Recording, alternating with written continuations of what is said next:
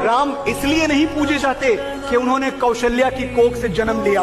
राम इसलिए पूजे जाते हैं कि वनवास देने वाली कैकेयी को भी उन्होंने कौशल्या वाला आदर दिया।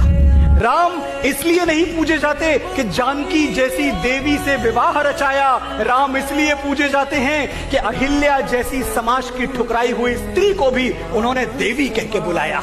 राम इसलिए नहीं पूजे जाते कि दशरथ जैसा चक्रवर्ती सम्राट उनका पिता है। राम इसलिए पूजे जाते हैं कि जिसे पुत्र की तरह वो अपने हाथों से मुखाग्नि देते हैं, वो एक बूढ़े पक्षी जटायु की चिता है। राम इसलिए नहीं पूजे जाते कि उन्होंने लंका जीत ली। राम इसलिए पूजे जाते हैं कि अयोध्या की मिट्टी के लिए, अपनी मातृभूमि के लिए, अपने बाहुबल से जीती हुई सोने की लंका त्याग दी। साथियों, राम इसलिए नहीं पूजे जाते कि उन्होंने रावण की नाभि में तीर भेज दिया था। राम इसलिए पूजे जाते हैं कि उस प्रकांड विद्वान से जीवन की शिक्षा लेने के लिए उन्होंने लक्ष्मण को उसके चरणों में भेज दिया था।